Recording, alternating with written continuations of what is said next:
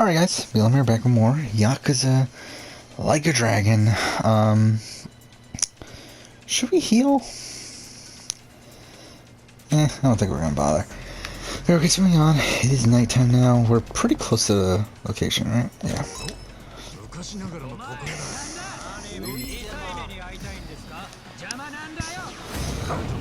Should we fight them?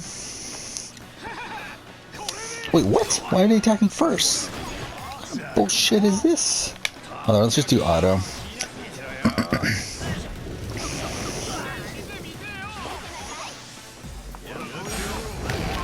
I missed the time on that. Yeah, I just got out of work about an hour ago. Got home, watched the new episode of Big Brother Canada, and then here we are. So, what I am going to do, and we're actually going to be doing this probably a lot at this point, that Big Brother is on. I'm probably going to try to listen to podcasts while playing games, just because, like, I don't have time. I don't have time to play games and also get around to listening to these podcasts. There's so many fucking, again, there's going to be like a live feed update, one a day. Fuck, we're doing really poorly here.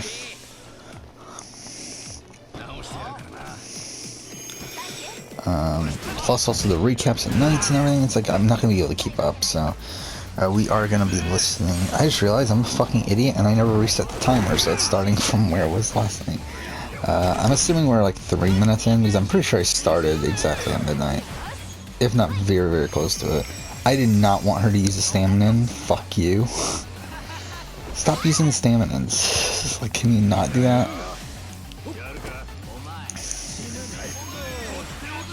Yeah, I mean, let's go ahead and listen. So I started listening to a little bit. Destiny was the one that won, so yeah, we did get to see them sort of like, come together. Fuck, this fight's going so terribly. Wait, that guy's level 23? Which we love! Yeah, we do love!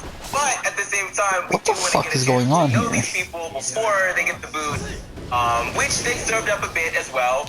But I was like, damn, like, they're showing us all of these beautiful people telling their story. Oh, is this a new attack? Coming out to each other. And then, oh, is this a revival? Oh, yeah, we haven't seen this yet. We gotta say goodbye. So I wish that we had like one more episode of Buffer before this happened, but I don't know. Maybe that one more extra episode of Buffer would have made us even more attached to these people than we already are. So, yeah, live feeds have already started. Like so every year, we're just following like, that as well. Give us 3 episodes, give us 4, make each episode 2 hours. Give us all the background info. Fuck, she got knocked out again. Shows like Survivor, maybe they got a 2-hour premiere, but people are leaving in the first night too. Like, I know that a lot of us are old school Big Brother fans at heart and really like it when you get more time. You get a full week's worth of episodes before anybody goes, or more. And okay, cool. It arrives on half health too. Yeah, I think there's also just no going back after Big Brother 22, getting to see them night 1. Now, obviously, I'm not saying that Big Brother Canada has to go ahead and do that, but what I'm saying is, like, it's just hard, when you have that experience, you get to literally see everything happen from the very tippy top of the game, and now we're sitting here, like, twiddling our thumbs, like, wondering how everything It's so bad. Yeah, it's a little bit of a letdown, especially considering who the hell went home tonight. Yes, alright, well, we have some, breaking news are happening now. What? Oh, that's good. Breaking news, the feeds have gone live. Damn it! I was worried that was gonna happen! We're spending most of our time reviving people.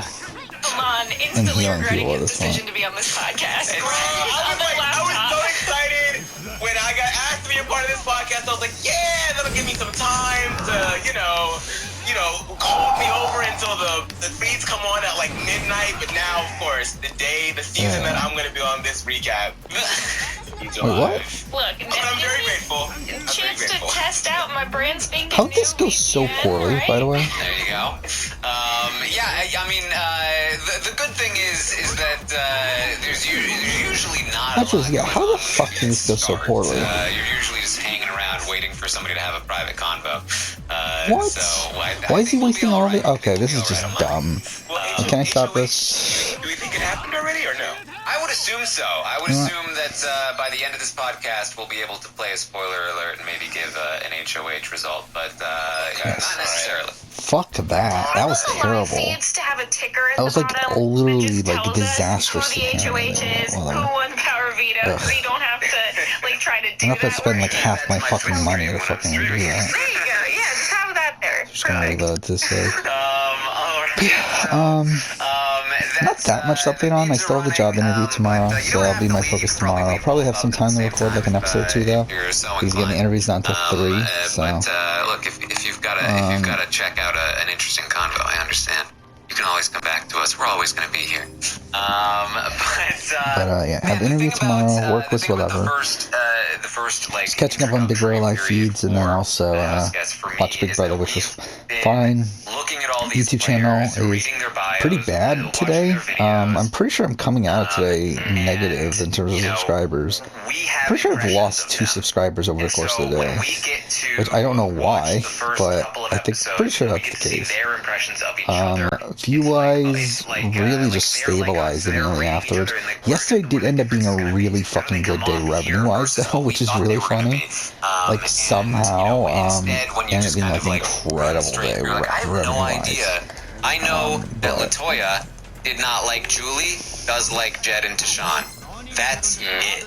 I know nothing else about who she likes, what her impressions were.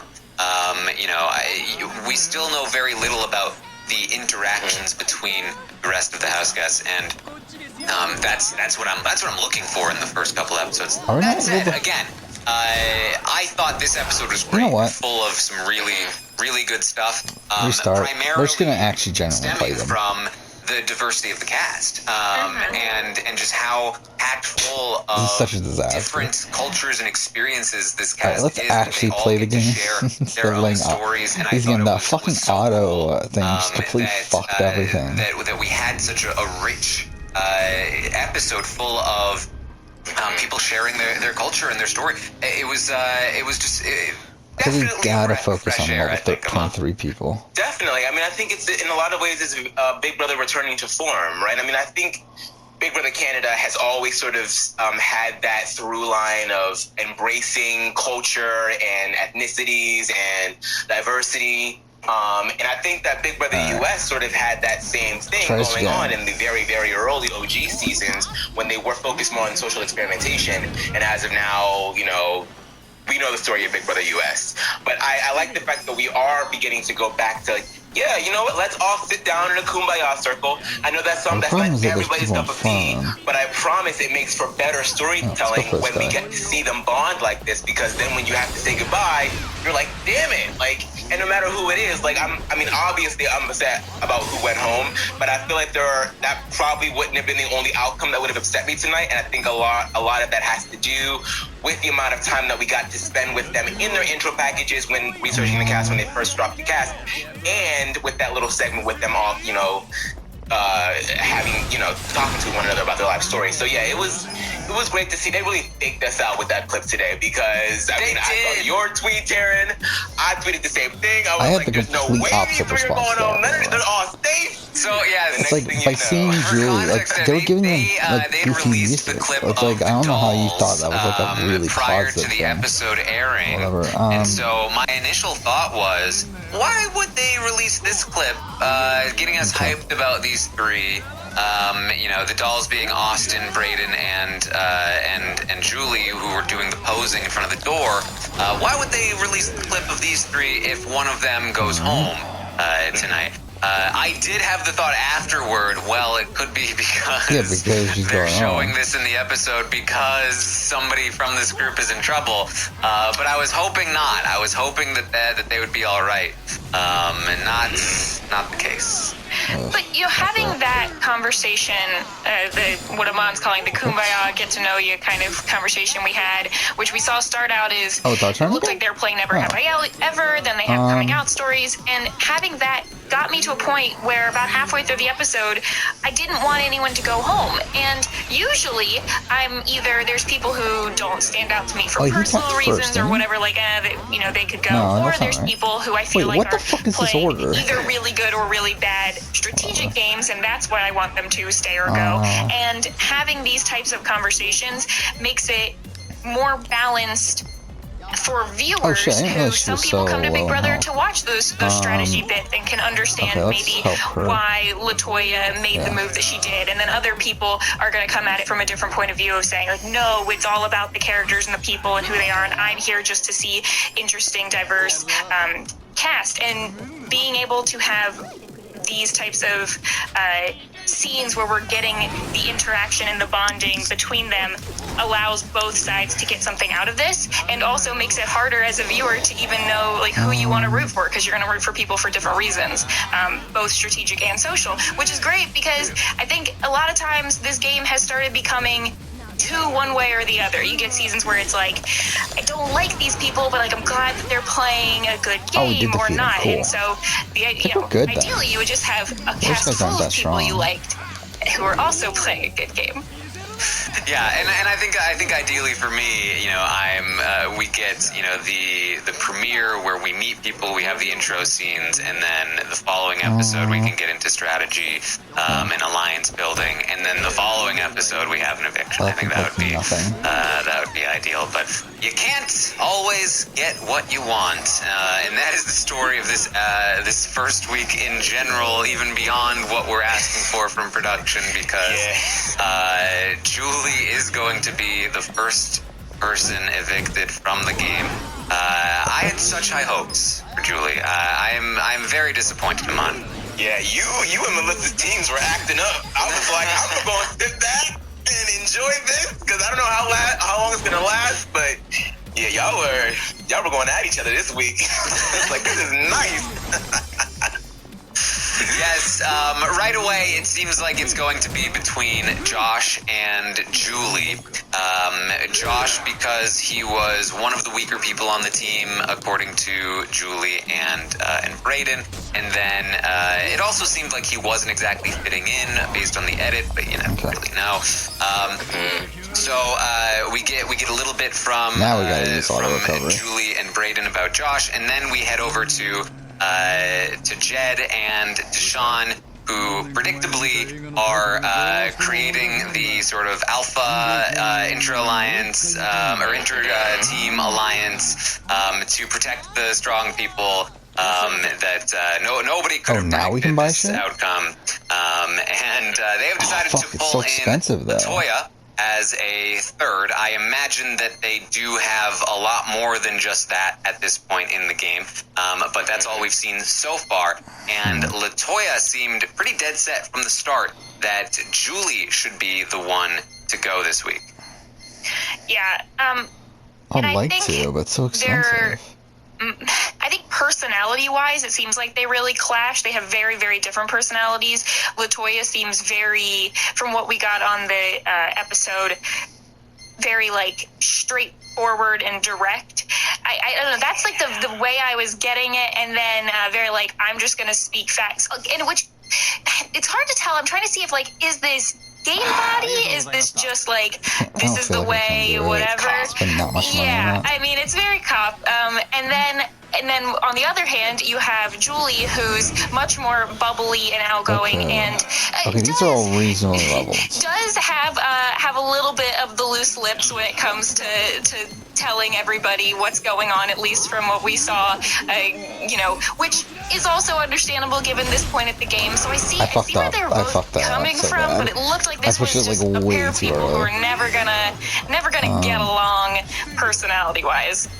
Yeah, LaToya, I'm already at the point now where I'm like, girl, you're not gonna win this game, because even if you got your first target out this week, and now maybe this is just the edit, we didn't really get to see a lot for, other than doing the same them fucking just thing talking over and about over who again. they thought they were going to get out, this, that, and the third. But just based off of the stuff that we did get from LaToya, like Mary said, she is very straightforward, very, this is not going I well, was going to say placid, but the way that she handled Julie walking up to her wasn't placid at all. But she's just sort of just like straight to the point. Like it just seemed like there was no willingness to fake it till you make it with her. There was no willingness to actually play the mind games that Big Brother often requires. So I do wonder, is her personality going to be enough to take her far? Granted, it's the beginning of the game, it's the first week, but I mean, you got caught in your first week and you didn't handle it well at all. No, and the scene where she got caught and was having that confrontation, well, it's not, I don't even know if I can call it a confrontation, but where Julie asked her straight up in the bathroom, like, did you say my name? Did this happen? And it's like, you'd almost want for her character to say, yeah, I did. I did, and here's the reason why. But she didn't handle it well. She kind of panicked and then said, "Oh, I'm not gonna deal with this," and walked away. So that wasn't great. But I can see why the pair of Jed and Tashawn like her and would want to work with her. I can see that, and I also think I agree with what Taryn was saying. I bet they have more people with them as well, whether with LaToya or not. Yeah, I mean, she seems perfect for them. I mean, if I'm Jed and Tashawn, I am so glad that LaToya is on the team. She is going to head up the alliance. She is going to push for who she wants evicted. And as the two big guys in the house who otherwise would be very threatening, they get to kind of like sit back and let LaToya take all the heat instead of all these rumors about a guy's alliance. Is this expensive? That's like... It definitely. So this was interesting to me. So Josh says that he's concerned about a Pretty Boys 2.0, which was interesting because we haven't really seen any of that.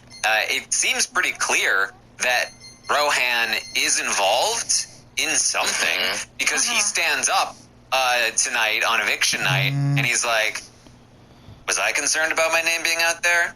Of course, but I had faith in my people. Like, he's got a crew, clearly. I don't know who it is, but I would assume it's something to do with Jed and Tashawn.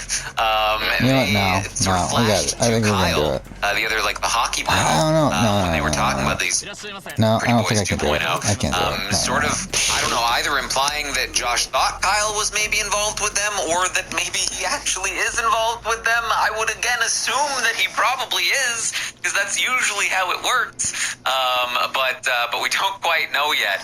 But based on my assumptions, I would say we've probably got like a core 3, or at least a core 2 of Jed and Tashawn.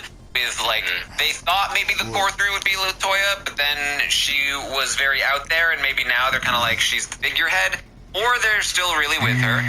But they've also probably they're also probably broing down with Rohan and Kyle, and I don't know who else they might have, maybe like a. You want something I want to do? Let's go and make a just in case. What I need from LaToya is for her to recognize that the guys have something else going on, because you just. We're not in a great spot coming into this in terms of MP. The second she heard, oh, there might be a guys group going on. No, there can't be, because I'm with the guys, which is like the biggest, like we've had that just time and time again. And now maybe we're wrong. Maybe they told us this because the 3 of them are really tight and this is the core.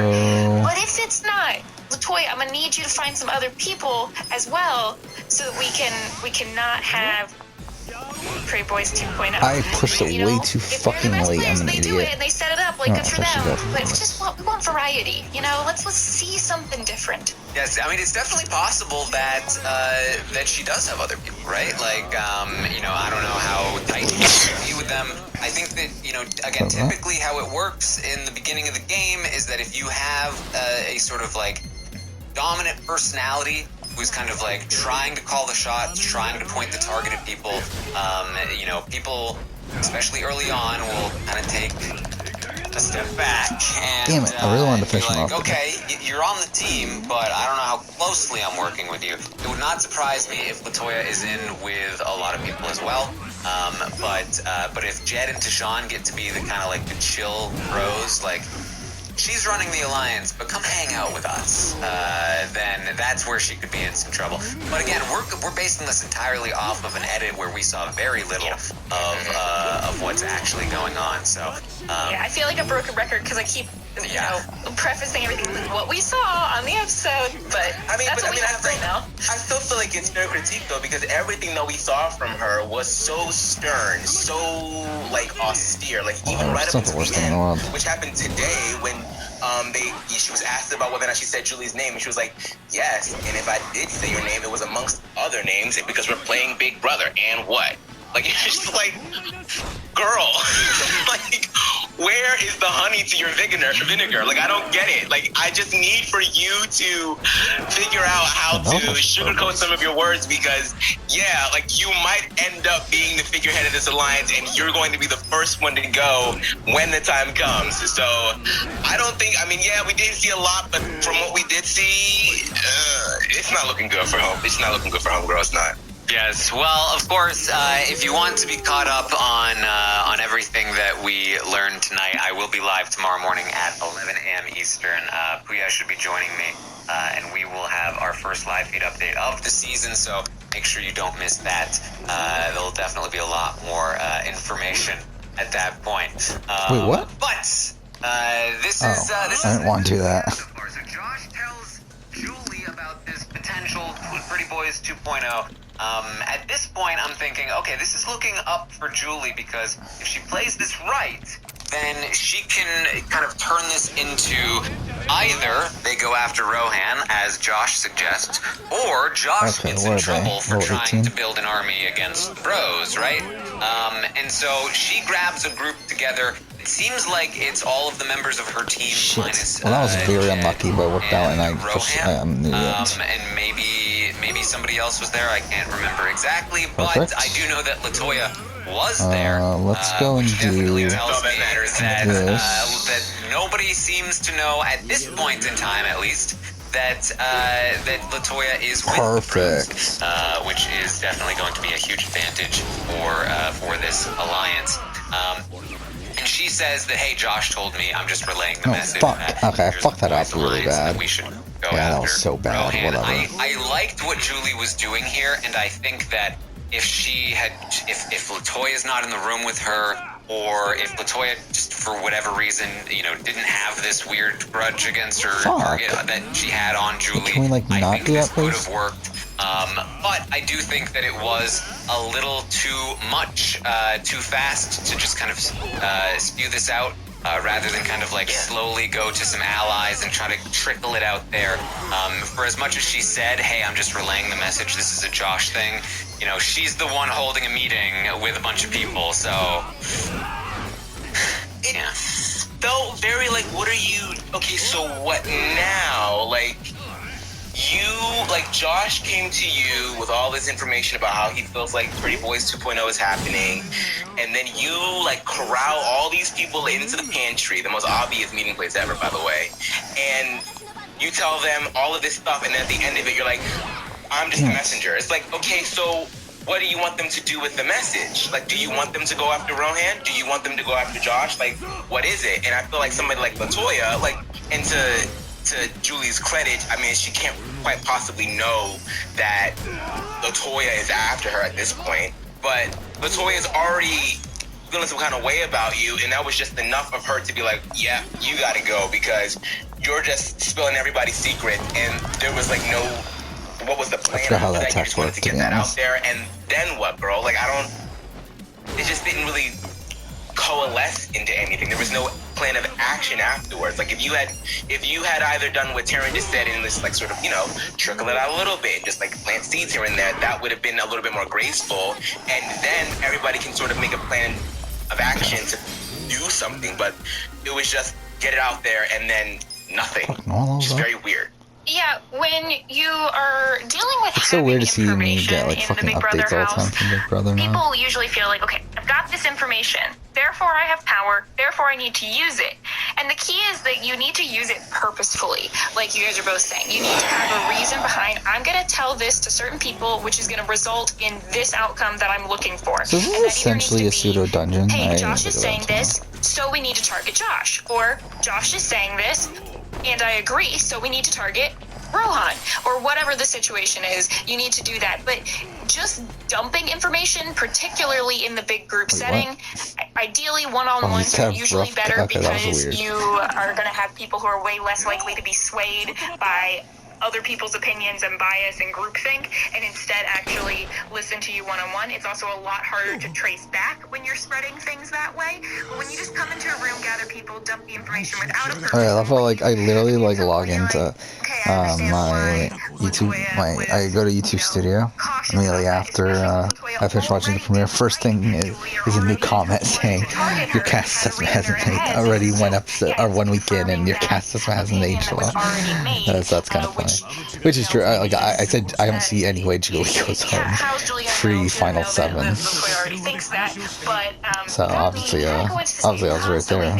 Anybody could be with anybody, or anybody could be against you, and so always put your best foot forward in every situation. Come on, guys, it's easy.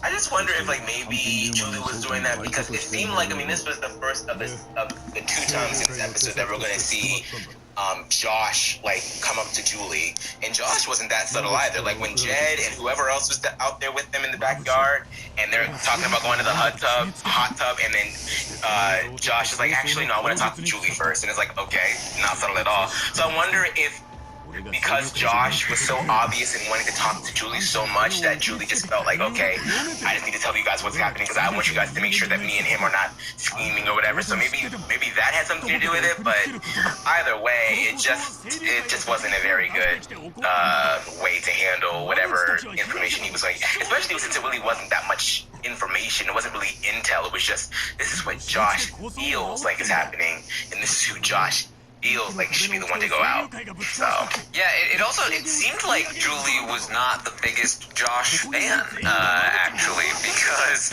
first of all, she was one of the people who was initially targeting him. Then he talks to her about the pretty boys. She immediately rats him out to a large group of people. And then when he later warns her about LaToya, she immediately rats him out to LaToya. And then in the eviction speeches, she goes full on against Josh is the weakest player here. He shouldn't be here. She votes him out, and she's also like, I believe I saw her like rolling her eyes at him as they crossed in the hallway to do their votes. It seemed like she was not, and you could be wrong, and there's certainly, once she knows it's between her and him, there's a lot of reason to try to get other people to vote for him. But it seemed like even beyond that, it seemed like Josh thought they were on friendlier terms than they actually were. Yeah. This was one of my favorite moments in the episode, and maybe this is wrong because we don't know what the edit was. This could be days apart. But based on the episode, you have all the guys that Josh thinks are in the Pretty Boy 2.0 Alliance say they're going to go to the hot tub. He talks to Julie and says, gotta get him out. Julie goes upstairs to the bathroom where LaToya's in a bathing suit and says, LaToya, Josh says the guys are all in a group and that you're coming after me. And LaToya's like, you know what? I just want to go to the hot tub. Where are all the boys? If it's the same day and it's happening right then, so I'd be like, LaToya, why are you going where all the boys so I guess Austin, Braden, and Victoria are kind of like a 3-person line to this point that were with Julie. She didn't put 2 and 2 together because even during the interrogation. But now obviously Julie's gone. So essentially they're in a way the minority, but I don't feel like it's super clear that they are actually the minority. Like you didn't, girl. Josh told you. Like, are you acting, or did you really not know? I think I do think it's a mistake that they do go for Josh, though. I think it's so clear that It just seems like Josh doesn't really have much going on. Say my name. And the take him out would be kind of a non-factor for me. What? Who's asking this? Yeah, that was great. Oh man, yeah. Like, well, we'll get to the interrogation questions, but I have thoughts about all that. Microsoft Teams is helping a bicycle company. National health experts are hype level 10. She's just excited. I mean, do we want to talk about that? Because that was oh yeah, I'm calling her the Flash now. Yeah. Victoria is just she's a hype level 10. She's just excited about everything. Excited about the shower, excited to be in the Big Brother house, excited to be playing the game, excited that she's in the shower. It's all great. There was a feeds leak earlier today, and it lasted about 60 seconds, if that. And in all of those 60 seconds in the bathroom as they were getting ready, it was... probably after this cutscene, actually. Talking. Because I believe we're somewhere around 30 minutes. Yeah, my timer says I 28, but I didn't start. I started that late. I feel like probably this fight's probably a good spot to. Oh shit! I was not expecting this to jump right into it. So what level is he? He's only level 17. It's not too bad. Oh yeah, I'll end here. Next episode, 2 on. Thank you for watching.